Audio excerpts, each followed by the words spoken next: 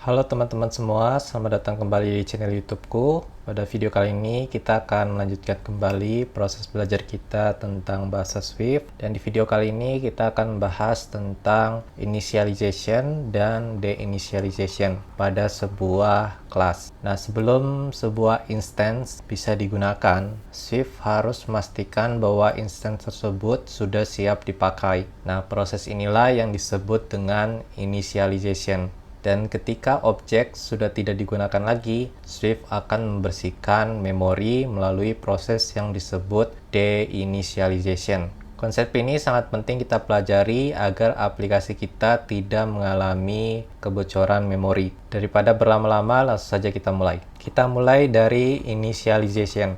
Initialization adalah proses menyiapkan objek sebelum digunakan. Di Swift, kita menggunakan metode khusus bernama init. Nah, ini sudah sering kita gunakan kalau kita membuat objek dari sebuah kelas. Mari kita buat sebuah kelas dengan nama user. Kita tuliskan kelas, lalu namanya user. Kemudian di dalam kelas user, kita buat dua properti. Kita buat name dan age dengan tipe integer. Nah, ini kalau kita jalankan, kode kita akan mengalami error. Kenapa? Karena properti name dan age ini belum punya nilai awal. Disinilah kita membutuhkan initialization. Di bawah sini kita bisa buat method init. Kemudian method init ini akan menerima dua properti yaitu name dan age bertipe integer. Kemudian nilai-nilai parameter ini akan kita simpan di properti name dan juga properti age seperti ini. Jadinya sekarang kita bisa membuat objek user menggunakan kelas user ini. Misalnya di bawah sini kita buat variabel user, kemudian dia merupakan instance dari kelas user. Kemudian misalnya namanya kita isi Andi dan umurnya 20.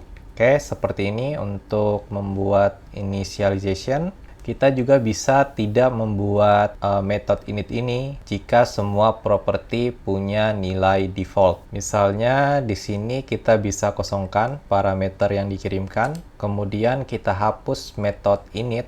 Lalu untuk nilai defaultnya bisa kita buat misalnya Wes dan umurnya 0. Nah, jadinya sekarang kita tidak perlu menggunakan metode init. Ini terjadi karena di belakang layar, Swift otomatis membuat metode init untuk kita. Kemudian kita juga bisa membuat kondisi ketika objek kita gagal dibuat. Misal karena ada properti yang nilainya tidak sesuai, maka kita bisa mengembalikan nilai nil. Misalnya di kelas user kita buat satu properti yang namanya username.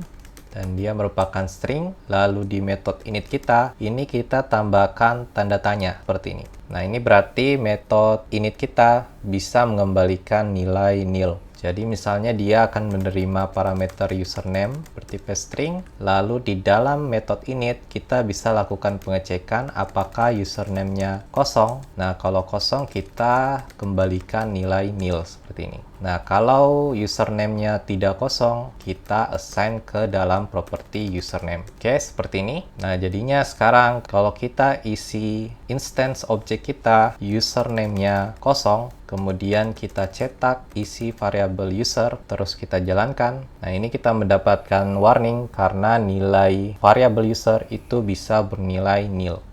Oke, hasilnya adalah nil seperti ini karena username kita stringnya kosong. Terus bagaimana kalau kita ingin pembuatan objek kita punya beberapa cara? Contoh misal di dalam kelas kita ada dua properti, name dan age. Objek kita bisa dibuat kalau dua properti ini sudah memiliki nilai atau hanya properti name saja yang kita set nilainya. Nah, ini kita bisa menggunakan yang namanya convenience init. Jadi, misalnya di dalam kelas user kita buat dua properti yaitu name dan age seperti ini. Ini bernilai integer. Kemudian kita perlu buat init untuk name-nya dan umurnya. Lalu kita assign ke properti masing-masing seperti ini.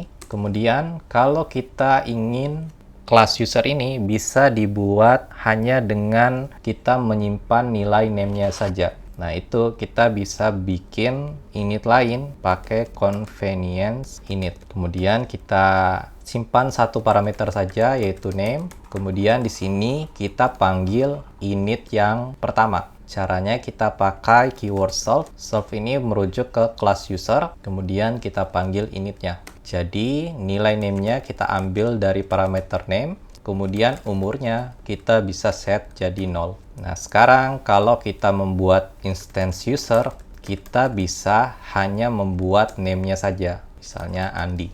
Kemudian kita coba print user.name, terus kita jalankan. Nah, hasilnya Andi. Seperti itu, teman-teman. Nah, ini kalau kita print juga untuk umurnya, maka umurnya akan bernilai 0. Seperti itu. Sekarang kita masuk ke pembahasan tentang deinitialization. Nah, deinitialization ini adalah proses pembersihan sebelum objek dihapus dari memori. Jadi, misalnya di kelas user kita tambahkan deinit, kemudian kita print, misalnya kita cetak name dan deinitialize seperti ini. Nah, jadi sekarang kalau misal objek kita dihapus, di bawah sini kita tulis user.nil.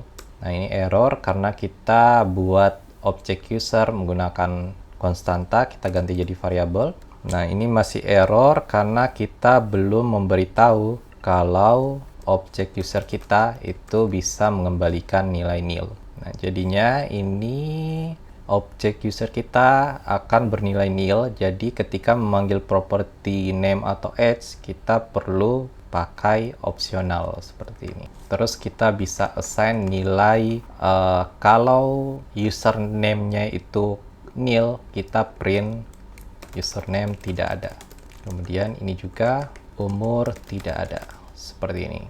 Nah, terus kita coba jalankan codingan kita. Nah, teks Andi deinitialize ini muncul karena kita sudah membersihkan objek user kita. Jadinya fungsi deinit akan dijalankan. Seperti itu. Nah, ini akan sangat berguna ketika kita ingin melakukan sesuatu ketika objek kita dihapus. Misal ketika objek dihapus, kita ingin membersihkan juga function-function lain yang masih berjalan atau melakukan tugas yang spesifik.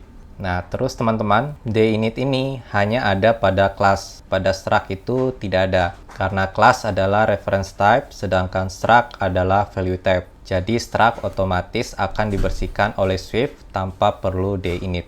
Oke teman-teman, itu saja pembahasan kita tentang initialization dan deinitialization di Swift. Kalau ada pertanyaan, silakan tanyakan di kolom komentar di bawah. Kalau tidak ada, terima kasih sudah menonton. Sampai ketemu lagi di video berikutnya.